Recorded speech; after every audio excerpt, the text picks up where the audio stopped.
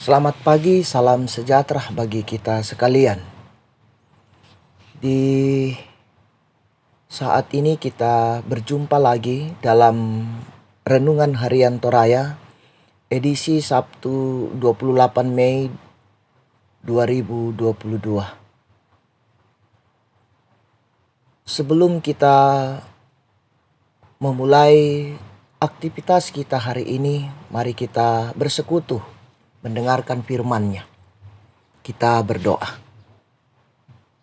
Terima kasih Tuhan, kasih-Mu Engkau terus nyatakan dalam kehidupan kami. Kami akan memulai kehidupan kami Tuhan, melaksanakan tugas dan tanggung jawab di hari yang baru ini.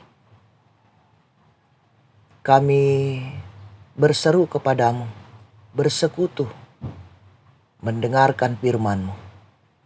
Berikan hikmat kepada kami Tuhan, untuk dapat memahami firman-Mu ini dengan baik.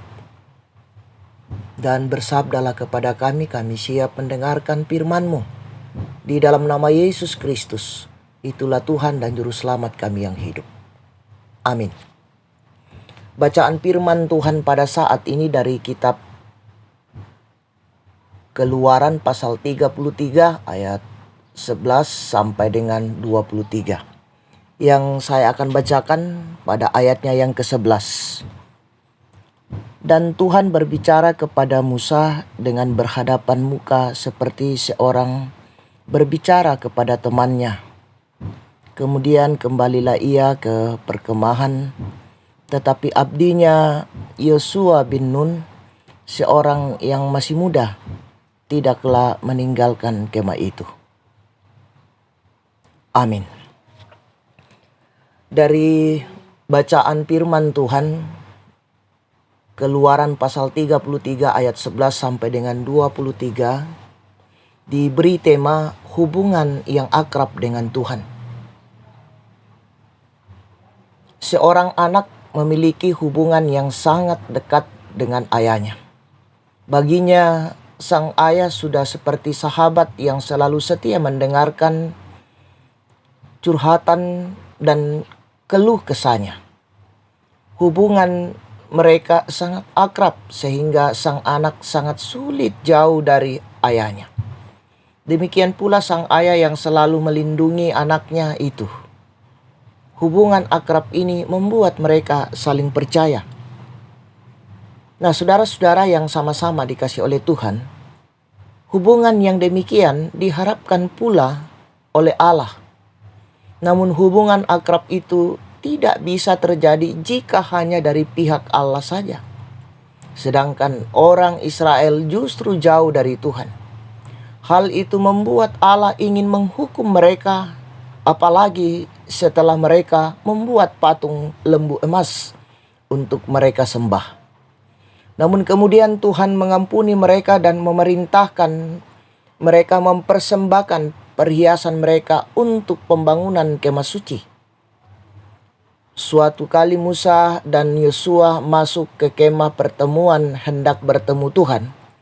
Musa sadar bahwa hanya kasih karunia Tuhan yang menuntun mereka, dan karena itu hendaknya mereka semua memiliki hubungan yang akrab dengan Allah.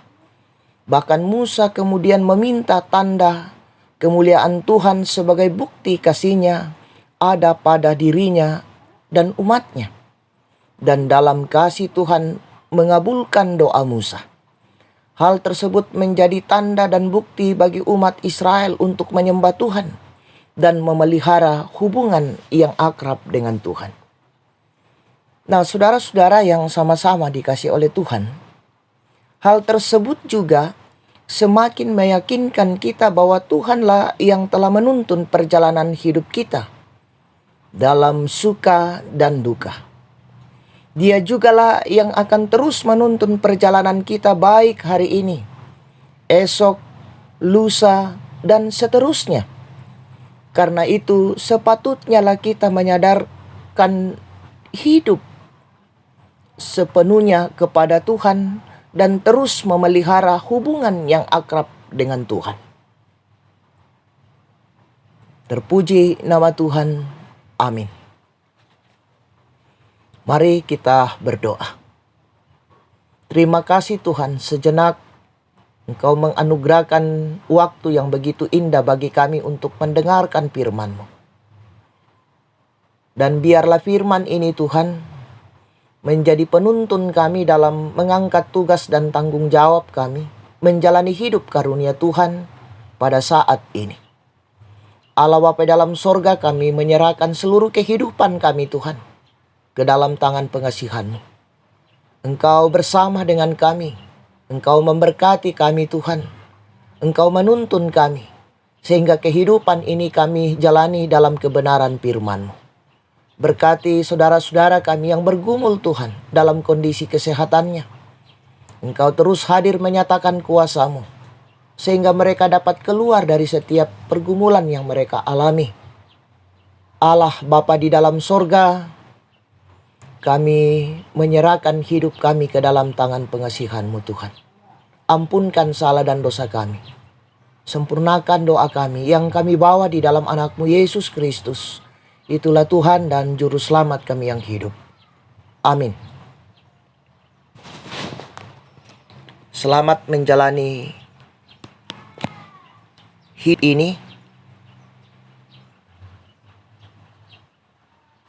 Tuhan Yesus memberkati.